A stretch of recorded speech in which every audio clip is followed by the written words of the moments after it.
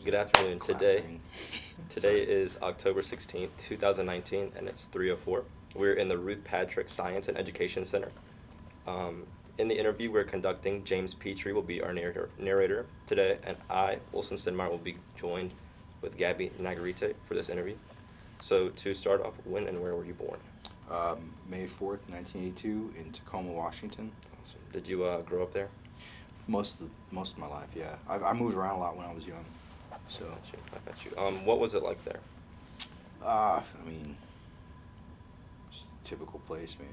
To be honest with you, like perspective is a little different. You know, like when you're young, you go to your grandparents' house and it's like this giant mansion, and then now you're in your teenagers, like it's a 2-bedroom shack, man. What the fuck?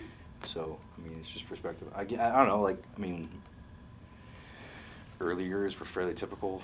Yeah. You know, it's just, I mean, I moved around a lot when I was young, right? Mm-hmm. My parents were divorced, my mom moved around a lot, so we just went with her and stuff like that. And then, I mean, I grew up in the 80s and 90s, so Tacoma, Washington was a pretty shitty place in the 80s and 90s, right? Yeah. So, I mean, it's both perspective. Awesome.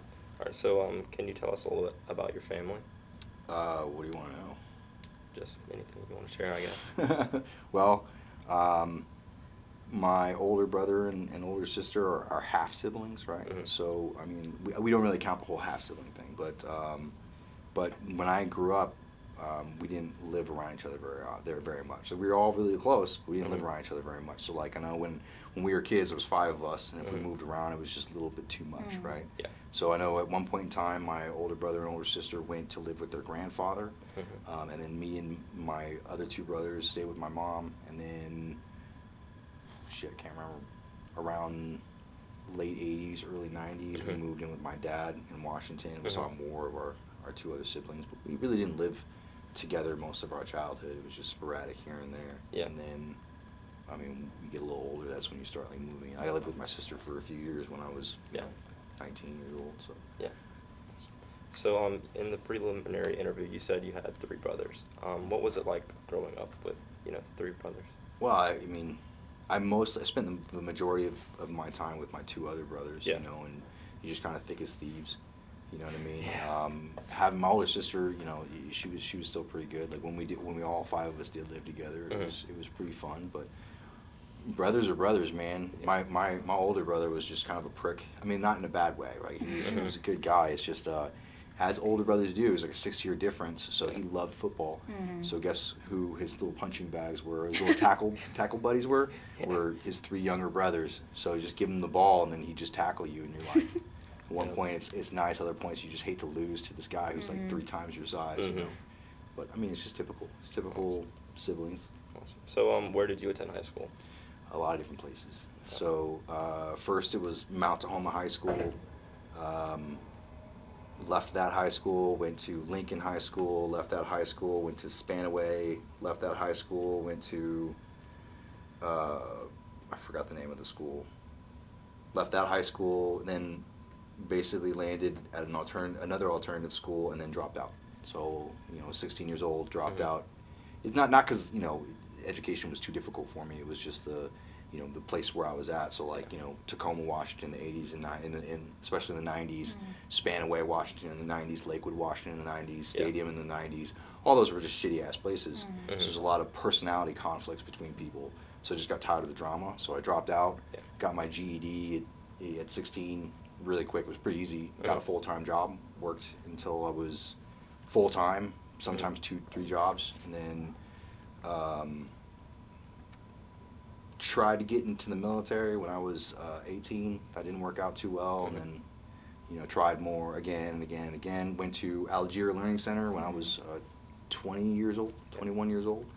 Finished about 2.5 years of education in 6 months.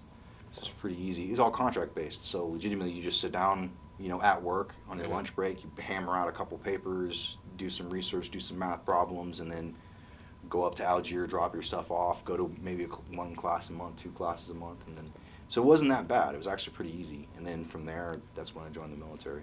Awesome. So were there any extracurricular activities that you were involved in during high school? Not in high school, man. Like I said, I was a poor kid, so we didn't have money for sports anyways.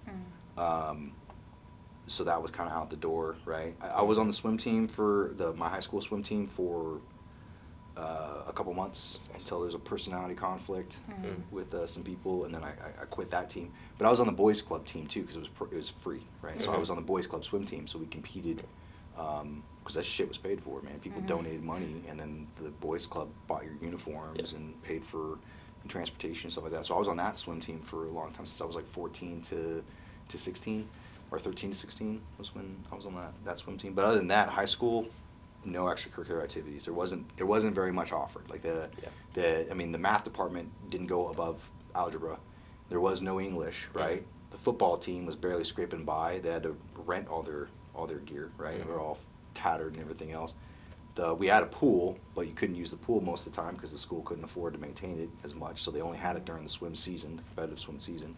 Didn't have much of a physical fitness. You know what I mean? I know the baseball coach was the English teacher, but the only reason why he was a professional baseball player, and then he got injured and he started teaching high school English. So he was just like, we need to do a baseball program.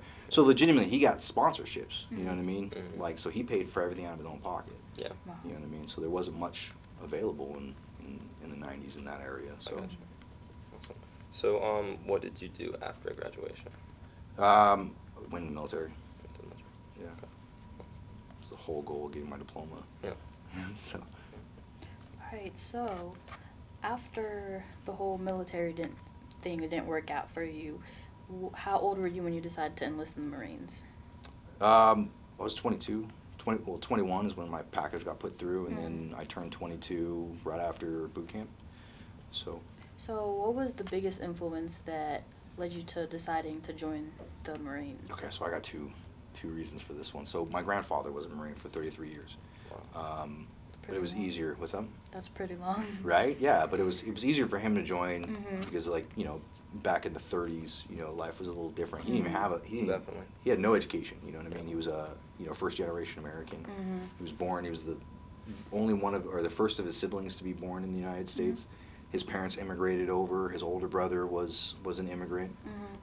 He was the first one born in the United States. His younger sister was born in the United States. You know, he was on his own from like the age of 14, and then he joined the Marine Corps at the age of 16, just to get out of the house, basically, do on his own after his parents died. Yeah. And then he just loved it and stayed in there. So there was that influence. But here's the real reason.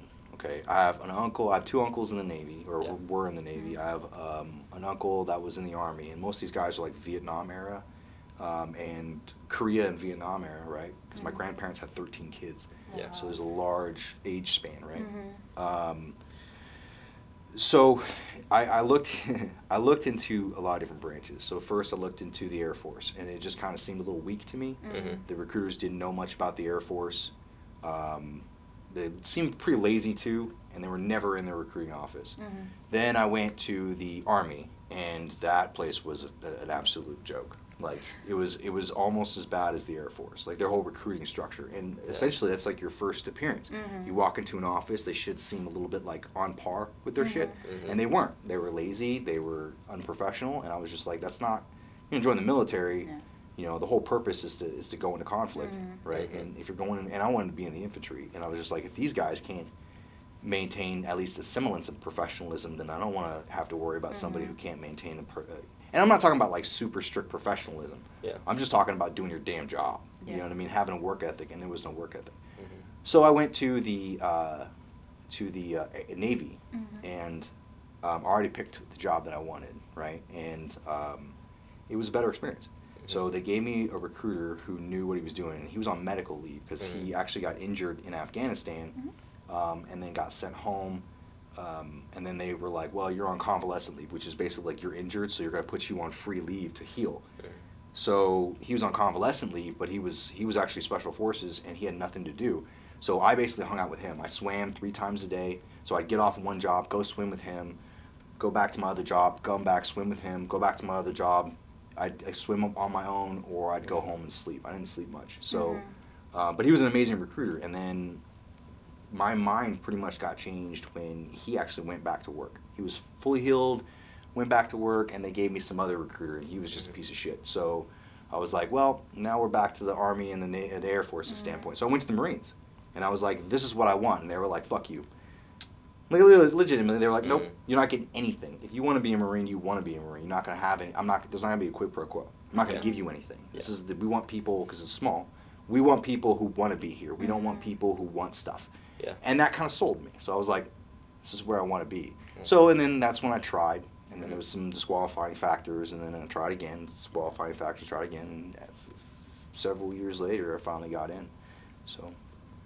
So, how was your family's reaction to you enlisting to the Marines? Marine Corps, yeah. So, at first it was kind of like okay, but I was a very defiant child, right? Mhm. So I'm not going Mhm. to say that I was, I was pretty defiant. So I had a problem with authority, and I have a huge independent streak Yeah. most of my life, and a lot of people just were like, all right, whatever, it's just a passing fancy. My grandmother was like my biggest supporter. You know what I mean? She was like, go for it, I'm proud of That's you, awesome. and keep trying, and all that type of stuff. And then when I finally got in, everybody was like, well, that's a surprise. Well, I tried for so many years, right? Yeah. And then they're like, well, that's a surprise. And they were supportive, right? Because that's what I Mhm. wanted to do. I just needed Yeah. to get the hell out of there. My grandmother changed her mind completely. She was like, don't go. And I'm like, Mhm. come on, dude. Like, you're the only person that Yeah. had my back for all these years. Yeah. But they were supportive. And then, Mhm. I went to boot camp and graduated that. And then I went to, my MOS training and graduated that. And then slowly but surely, it was just kind of like one of those, success stories. This unruly child becomes this, respectable person type of thing. So Mhm. I get a lot of brownie points for that. So, when and where were you exactly inducted? So it was 2004 in Tacoma, Washington. Mhm. Right. So, did you enjoy basic training? I fucking loved it. Well, so yes and no. So it's boot camp. It's not Mhm. basic training. There's a difference, Mhm. and if you want later, I can explain that to you. But it's boot camp, and boot camp is in the Marine Corps is really difficult. You know what I mean?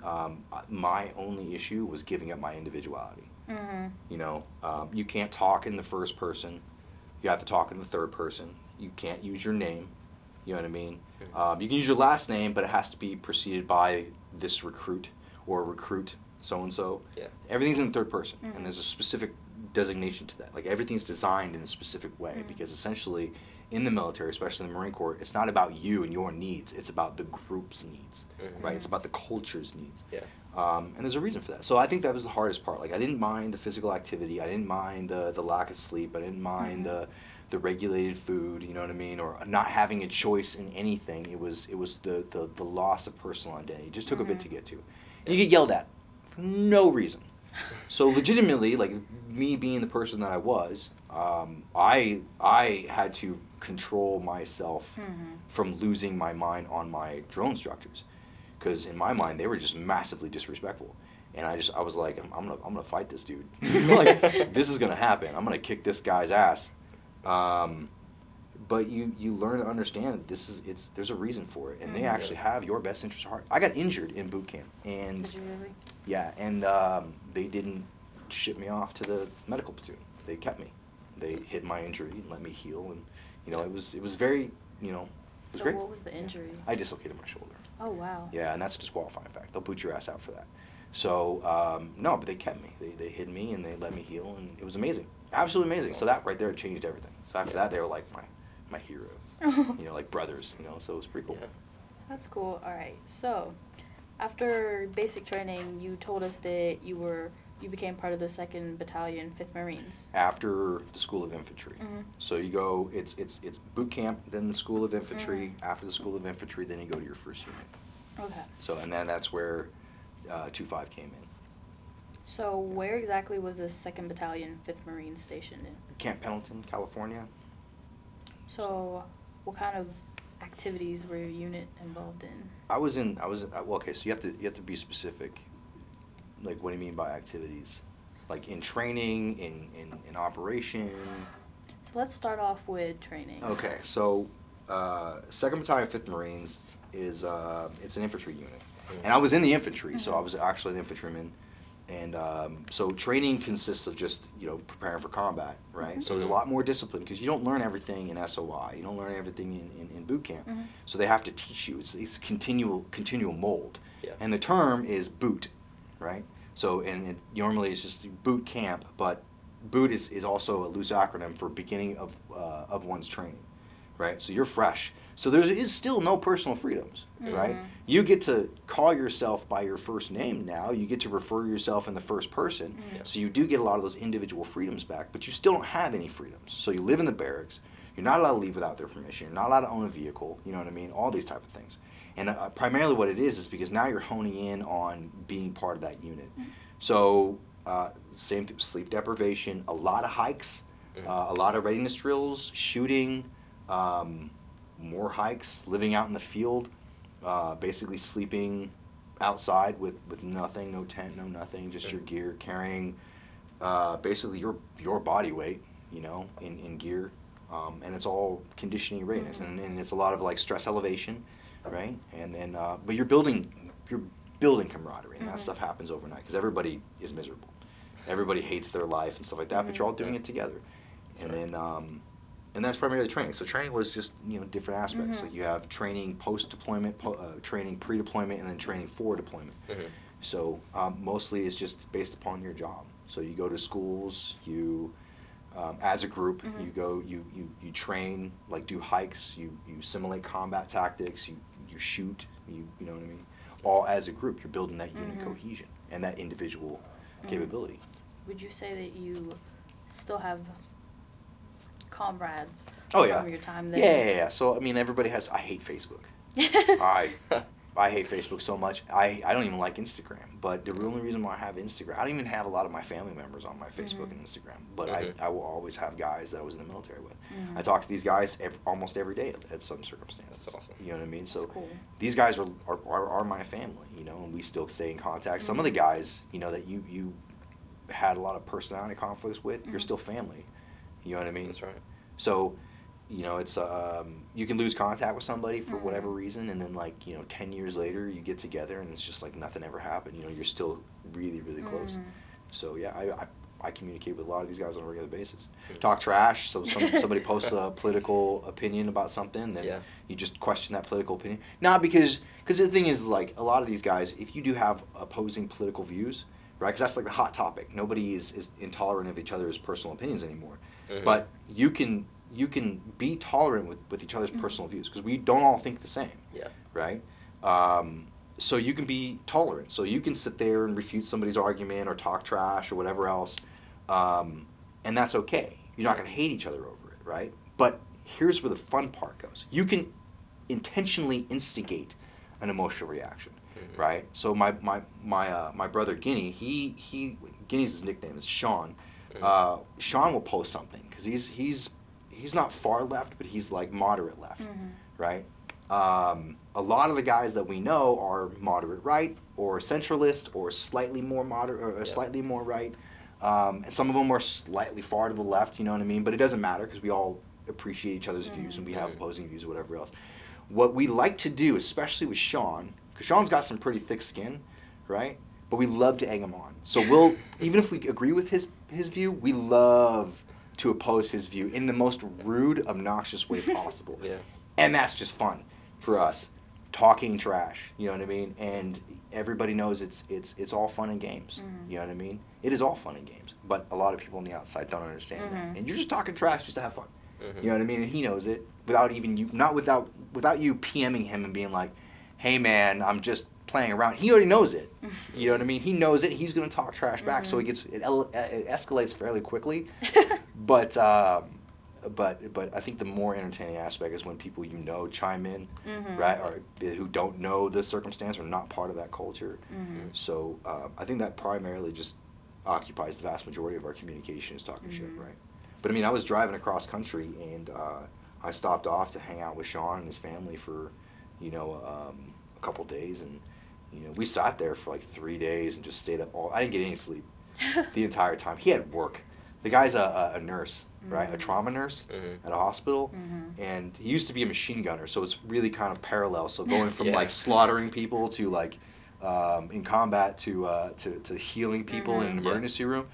I love the parallels. But he's really good at his job. That's awesome. And this guy would come home, go to my hotel room. We'd stay up all fucking night long. He'd go to work. I'd take a nap. He'd come home from work. He just didn't sleep for days on end. And he's got children. Wow. He's got like 4 children. You know what I mean? His wife's awesome. She's pretty resilient. She goes like, I I get this. One of his infantry brothers shows him into town. I know that I'm not going to see him for 4 or 5 days. You know what I mean? So it's just how it works. But that's the relationship that you have with all your guys. That's good. Yeah. So how long exactly were you part of the 2nd Battalion, 5th Marines? About 3.5 years, almost 4 years. You're never not part of the unit. You're just not in that unit. You know what I mean? Like, you're still really close with the guys, and it's kind of like an alumni type situation. You know what I mean? But about 3.5 years, and that's when I transferred over to EOD. So. Yeah, I was at my next question's actually. Yeah, I saw that. Were you also part of the 1st EOD platoon? Right. Yeah, it was. So for your other question, it's explosive ordnance disposal. Yeah. Is what EOD stands for. Yeah. Because you had that in your thing, and it's not ordnance as in like how you normally spell ordnance. Because it's 2 different methods. ORDNANCE is munitions, and the other one is city code, right? So just make sure still that out there. I have to always educate people on that. Yeah. Because they're just So can you tell us a little bit more about the 1st EOD platoon? So when I got there, it was EOD platoon, and later turned into a company, right? So I don't know if you guys know about the sizes of different units in the military. So go do some Google research, right? So you have like especially in the Marine Corps, right? So it branches off once you get past like a battalion level. That's when it starts getting complicated. So you have a fire team, which is 4 people, right? And this is in the Marine Corps. So you have a fire team, which is 4 people. Then you have a squad, which is 13 people, right? Then you have a platoon, which is 3 squads, right? And then you have a company, which is 3 platoons. You have a battalion, which is 3 companies, right? And then you have a regiment, which is 3 battalions, right? And then you have the add-ons, right? So you always have a headquarters element attached that doesn't really count, you know? But that's how it's operationally. So when I joined the platoon, it was like, it was not even 3 teams. You know what I mean? So you had 3-man teams. There was 3 teams to a section, so 9 people to a section. 2 sections to a it was 3 sections to a platoon, right? So it was like 12, 15 people max, right? Yeah. And then you have the stragglers. So I think the max size of that unit operationally was, because they flipped, right? So you had like, I think a total of 30 people in the platoon. They had their own little building, and their whole response was just massive. So, and those were the operational guys. Those guys would deploy into combat and stuff like that. And that was cool. And at any point in time, you had like a bunch of OJTs, on-the-job trainees, and then you had support staff. But you also had the people who didn't count in those numbers, the non-operational side, where the section leaders and the team leaders. The team leaders counted, but you had like the master sergeant in charge, the platoon commander, which normally was a captain, or like a chief warrant officer too, and then you were underneath a different unit that was non-EOD unit, and that was pretty fun. But primarily, like, my first exposure to that was on the job training, right? So on the job training was just like, you take this guy, because the Marine Corps does EOD different than most people, right? We actually promote within. And then we also we don't have unrestricted officers, and we train to go to school with the unit itself. Like the other branches have like a pre-course, right? Which is like a formalized training command structured course. On the job training is like prospecting for a motorcycle club. You know what I mean? I don't know if you guys know anything about that culture, but that's like the closest I can really explain to it. Yeah. Because you're doing all the bitch work, right? You're cleaning up. But you're also learning. So they're teaching you all the basics, right? They're teaching you the applied physics, the applied mathematics. They're teaching you all the procedures. They're teaching you what the threats are, how the culture works in itself. They're giving you better study habits. You know what I mean? Because essentially you're going to a school that's one of the most challenging academic schools in the entire Department of Defense. And you have to be above everybody else, because you have to be a non-commissioned officer just to join Marine Corps EOD, so E4 and above. Right? So mostly just E5, so like a sergeant in the Marine Corps, which is like a big deal in the Marine Corps. So so essentially they're teaching these guys, and you're no longer the senior guy in your unit. You're now the junior guy in the entire community, and you're learning. And that's, you can get dropped for any reason. So it was somewhat stressful. And I know that I messed up a couple times when I was in on-job training, because I didn't know any better. I was this, egotistical grunt. And then I came into an area where I was the subject matter expert on all types of different conflict and combat. Because that's the way that we were raised in 2-5. Yeah. And that my expertise was actually pretty well.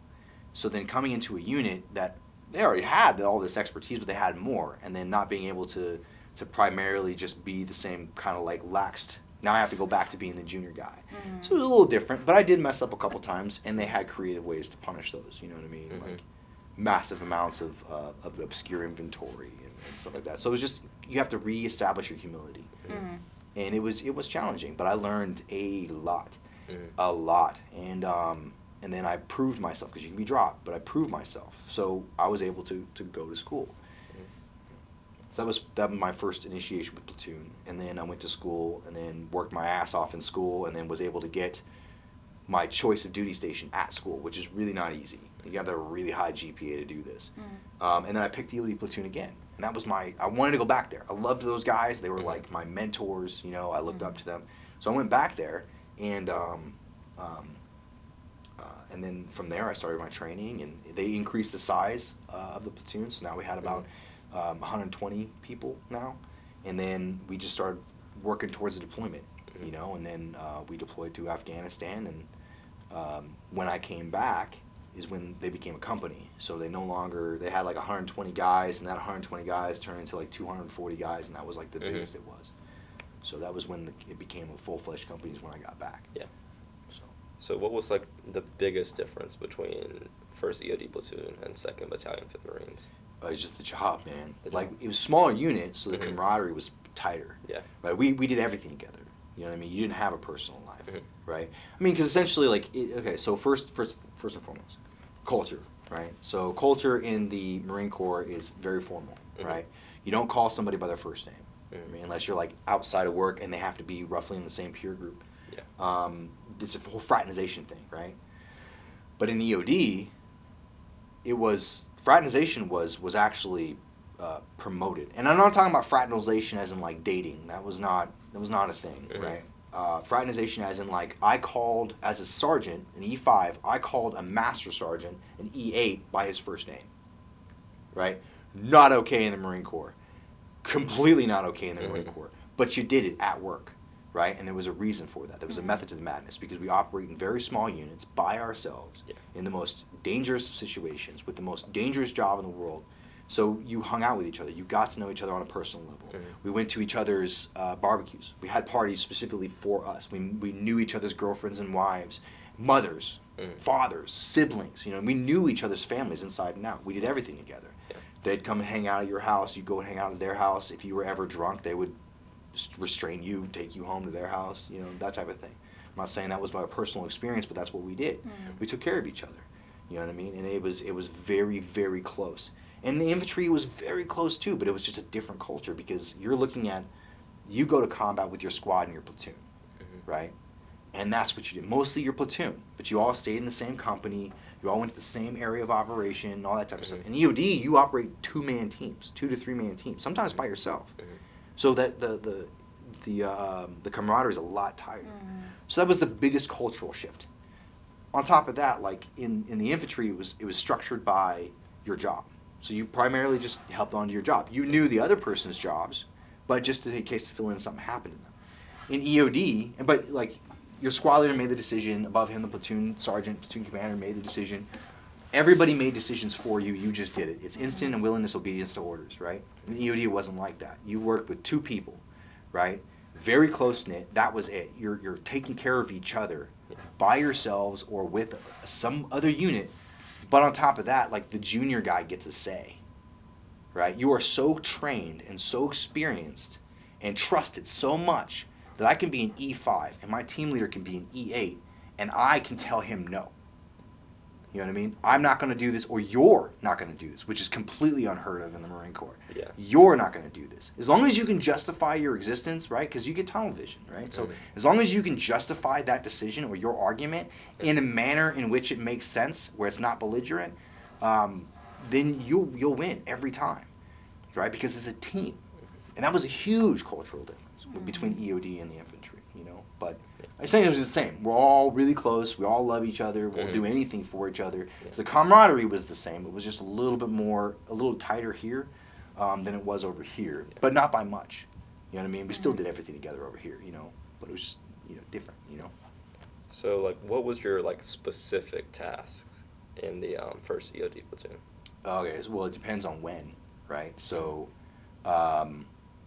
when I was an on-the-job trainee, I cleaned, I learned, I did all the grunt work, right? So I did inventories on the tools, because you have to do inventories on the tools, supervised, because you have to know the tools, right? Everything, there was always a method to the madness. Sweeping floors, lowering your humility. Not to mention, you're doing things because you don't have any responsibility. Those guys need to be freed up to do other things. And they clean too. So you have, an E9, which is, I don't know, you guys don't really have too much exposure in the military, right? E9 is the most senior rank, right? And E9 would clean. They would mop the floors. You don't get that in the rest of the military because they're too busy. But in EOD, it's everybody's home. Yeah, it's like a firehouse, right? Yeah. The captain of a firehouse always cleans after himself. He cleans up after his brothers and sisters, right? Yeah. It's the way it was in EOD. So that was the mindset, right? A little different. I'm sorry, what was the question? What was your specific task? Okay, so you cleaned, you trained, which was the biggest thing. You learned all day long, right? All day long. And then you maintained a certain level of physical fitness, right? Because EOD standards in the Marine Corps are much higher than the regular Marine Corps standards. Much higher, right? Way higher. So you still had to maintain that stipulation. And it wasn't like legal either. It was one of those things where it was like, hey, the Marine Corps standard is like, let's say if you have a PFT and the highest score for a PFT is a 300. You can't get higher than a 300, regardless what it is, right? But your minimum standard is going to be based upon your gender and your age, right? Yeah. So I think the minimum standard for an individual is early 20s, maybe mid 20s, was like, I think it was like a 225. 225 points, super easy to get, right? EOD's minimum standards was 280, 290. You had to be a PT stud, right? And there's a reason for that. So that's what we did. We worked out, we learned, we did all the minuscule tasks. And then you go to school, and then you come back, and then you're a junior guy. So junior guys, you still clean, right? This is how it works. You do the inventories on your own tools. You help out your brothers and sisters with their tools, with their inventory of the tools. Now you have more responsibility. Now you have to learn from your team leader. You'll learn from your section leader. Now you have responsibility, right? You give classes. So like I did a class on marksmanship when I was like a brand new ED technician. Marksmanship. And they're talking about long range marksmanship. And we had this brand new rifle, and I had to go out and learn how to use this rifle. Then I had to go to a sniper platoon, in the infantry and get some education from them. So I can take their tactics, their procedure, their education, and I can teach people who already know about this shit, by the way, right? So I can give them a class on this new rifle, which they don't necessarily know, but I have to give them a class on tactical shooting as well. Tactical and efficient long-range shooting, which a lot of those guys knew. We had like 4 snipers in EOD company. You know what I mean? Or EOD platoon. We had like 4 snipers, 4 prior snipers in EOD platoon. And then when they were company, they obviously went to the company. But these guys knew more than I did, but I had to give them a class. And there's a reason for that. One, I was teaching everybody who might not have known, but I was also giving classes on this weapon system. 1. 2, when you give classes on a subject, you learn more about that subject, right? Because when we deployed, that rifle was mine. And I had to support the unit that we were supporting, but I had to make sure that my team leader knew it, was protected. But the rifle wasn't for shooting people. The rifle was for doing other things. So it was a tool at that point. It wasn't for shooting people. We're not allowed to shoot people with those rifles. We're not snipers. We're EOD technicians. But that rifle was my responsibility. My team leader shouldn't have to worry about that, right? So I had that job. And then I also had the job of knowing what my team leader needed to do, know my team leader very well, and I have to know my job. You know what I mean? So I have to liaise with the unit, provide the coordinates. It's long and complicated, man, so it's it might take a little bit more time to elaborate, but mostly training, a lot more learning, being part of the community, because now you're an official member, So how long were you with first EOD platoon? First EOD platoon was, I think, a year, right? Because we or maybe a year and a half. So, and keep in mind, when I say this, because it turned to company, right? 2 different designations just for your guys' records. A platoon is a platoon, a company is a company. It was a platoon, and then it turned into a company, right? More people, stuff like that. So about a year and a half. So we trained for about 6 months, and then we deployed. We were deployed for a good 7 months, 7, 8 months, and then we came back, and it was a company, right? So. All right, and you said you've been in conflict, correct? Yeah. So can you tell us about the OIF and the OEF? Okay, so OIF means Operation Iraqi Freedom. Mm-hmm. Operation Iraqi Freedom is specifically for Iraq Yeah. and a little bit of the Levant. Like it actually spread to parts of the Levant. Mm-hmm. You guys know what the Levant is? We do not. So the Levant is the old caliphate, right? So you're looking at like Iraq, Syria, stuff like that. Yeah. That general area, right? Yeah. Basically, think of Mesopotamia, and that's the Levant, right? Mm-hmm. So, and that's what that is. Operation Enduring Freedom is the overall encompassing operation, like the war on terror, right? Mm-hmm. So it's just an operation within a war, even though they're kind of technically two different wars, right? So, Operation Enduring Freedom has to do with all anti-terrorism, right? All anti-terrorism. So you're looking at like Malaysia, Indonesia, Africa, Afghanistan. You see what I'm saying?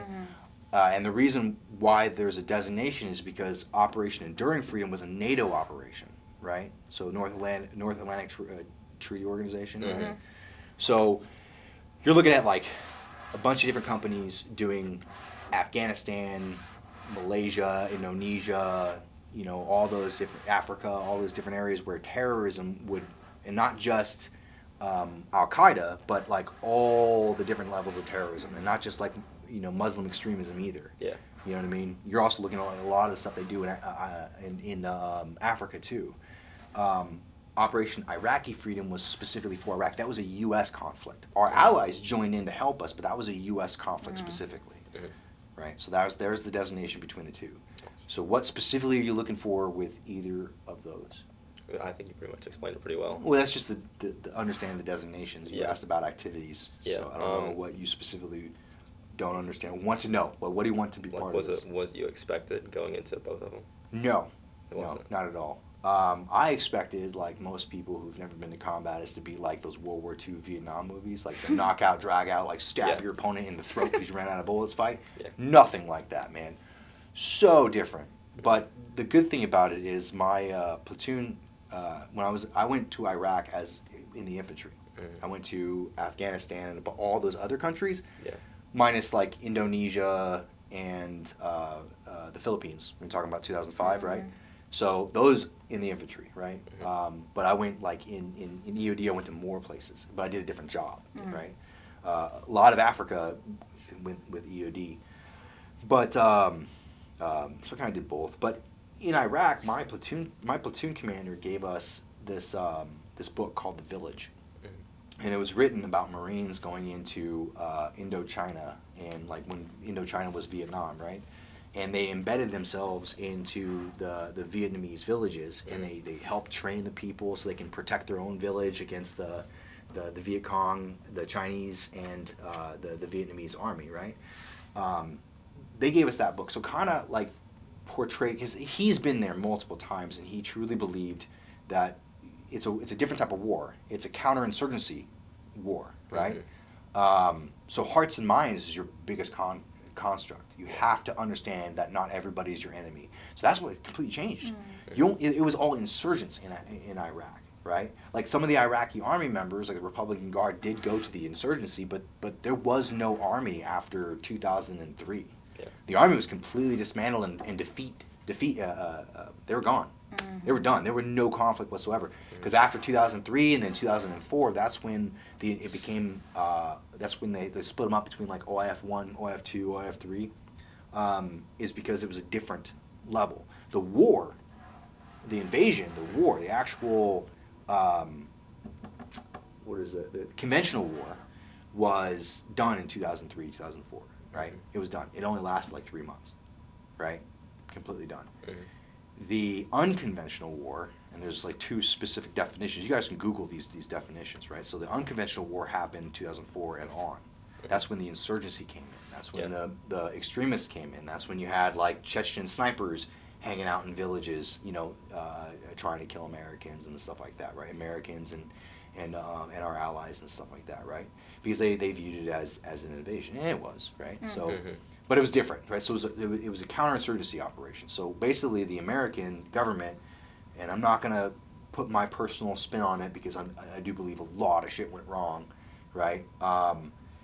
they're there to help the government rebuild itself into a democratic society, right?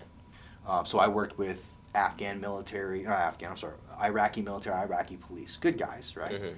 But they wanted they wanted a democratic society. They didn't want the Ba'athist Party, because the Ba'athist Party took over the entire country and it wasn't democratic anymore. It was just democratic, right? But they wanted their rights and their freedoms. So we fought with them, alongside them. But you're in that village, you're in that town, you're not there to hurt innocent people. You're there to help innocent people. So we did a lot of really cool things. Yeah. So a lot of our stuff was pretty much like you'd fight for weeks at a time, and then you're just bored out of your mind, doing patrols and stuff like that, worrying about IEDs and everything else, right? So it was just sporadic fighting, and we did do a lot of really cool fighting and stuff, but the vast majority of it was hanging out with the populace, giving them medical support, helping them with their engineering works. Like, we'd bring people in from foreign countries to rebuild wells, right? Automate wells, and we would protect them. You know what I mean? We would go into the cities and not endorse the local populace, but we protect the local populace. So if you had an individual like an imam or another religious leader trying to help his village and understand that they're not pro-American, but they're pro-democrat, right? Or democratic. You'd have that one religious leader, a village elder, go in there and try to explain to the rest of the people having this festival and everything else of all these people and their families there. We would protect that entire area to make sure that the insurgency didn't go in there and just start slaughtering people. Yeah. You know what I mean? And again, it's all hearts and minds, because if you fuck up, and if you kill somebody unintentionally or you hurt somebody unintentionally, now you just got somebody who no longer wants you there. Yeah. It's already a loose situation, right? So it was a little different. OEF was different as a whole, because it was just a different operation altogether, because it all depends upon what area you were in. Africa was a different mission. Yeah. Working with the African Union was a different mission. Working with NATO forces in Africa was a different mission. Working in Indonesia was a different mission. Working in the Philippines was a different mission. You know, working in Afghanistan was a different mission. And in Afghanistan, I liked Afghanistan better than I liked Iraq, because the lines were clear. You didn't know who the Taliban were, but they had no problem telling you. And they didn't suicide bomb themselves, you know what I mean? They wanted to fight, you know what I mean? And they took that as an honor thing. Yeah. You know, so there's several situations where you're sitting there in the middle of a village, out in the middle of the desert, and you're handing out toys to kids, or you're talking to the people, or you're helping them with one of their works, or, you know, just whatever have you. Like, your mission is there for hearts and minds, right? You'd get somebody coming up to the village elder saying, hey, the Taliban are outside and they want to talk to you, right? And then you go to somebody else who's a third-party person, and they're just like, hey, I'm not Taliban, but these guys want to have a fight. So they say, put everybody inside, come out to the desert, and we'll fight for a while. And that literally happened, right? So you'd go out to the middle of the desert, you'd have a firefight for a few hours, and everybody would go home. And you're not messing with the local populace, because they just wanted to fight. They wanted their own territory. They were a political movement at one point, you know. So it was kind of entertaining. It really was, because they put more honor into their fighting. It wasn't as ruthless and cutthroat as Iraq.